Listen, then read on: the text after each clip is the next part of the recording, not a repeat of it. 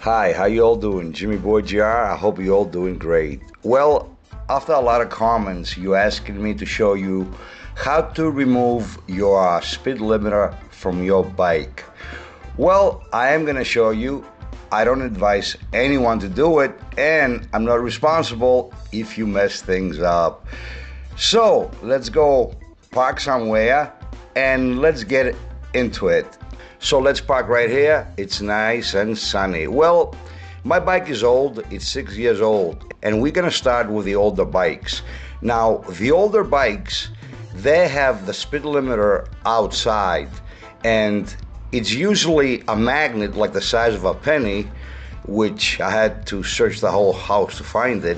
And most likely you're gonna see that magnet on your spoke.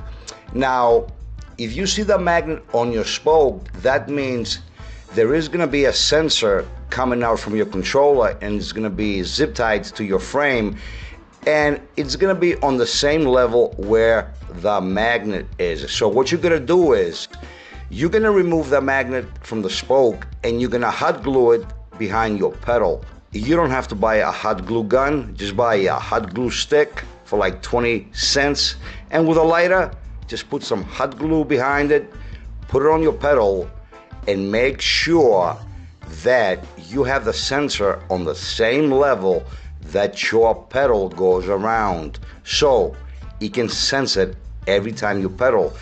And what that's gonna do is your controller is gonna think that you have a smaller wheel, and it's gonna give you more speed. For example, if you had a speed limit to 20 miles per hour, now you're probably gonna go up to 30, 35, or whatever.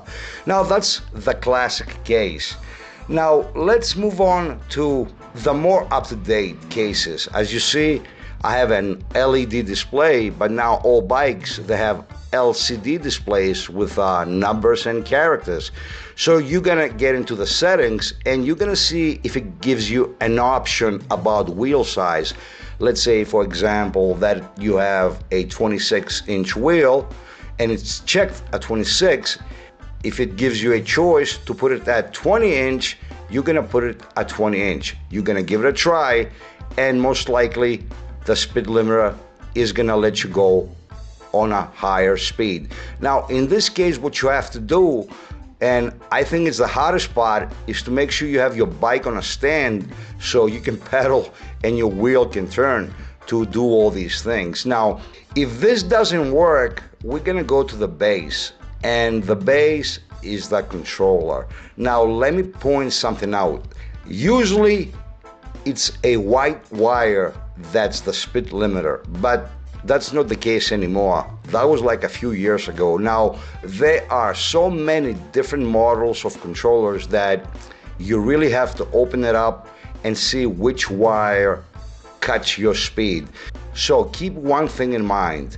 As you see, my controller is outside. Maybe yours is inside the battery. In any case, what you're gonna do is you're gonna remove the waterproof case, and you're gonna see a lot of wires connected to each other. Now, this is the most important part. You're gonna take each wire individually, and you're gonna unplug it and plug it. Each one individually. If you do them all at the same time, you're gonna mess it up and you're gonna lose the game. So what you do is, for example, we unplug one, we turn the pedal, and we see that's not the speed limiter. So we put it back. Maybe that was from a light or from a horn that your bike has, or maybe it was from the assists. So each wire individually, you're gonna plug and unplug until you find the right wire. And I'm pretty sure 95% you are gonna get it. When you do get the speed limiter, you're gonna put some electric tape around it, and that's it. Now, you might find some wires inside your controller that are not connected to other wires. Most likely, those wires are for a throttle. So, if you don't have a throttle, here we go. You get one, they're cheap for like 15 bucks, either a twist or a thumb throttle. Make sure you get the same wires like those that are in your controller, and you got 2-in-1. you got your speed limiter removed and you got a throttle. So that's about it. It's not that hard. Just take your time and don't forget, each wire individually unplug and plug and you'll get it. Thanks for watching. Like if you like what you saw. Pretty soon more videos with a lot of unboxings and a lot of new things.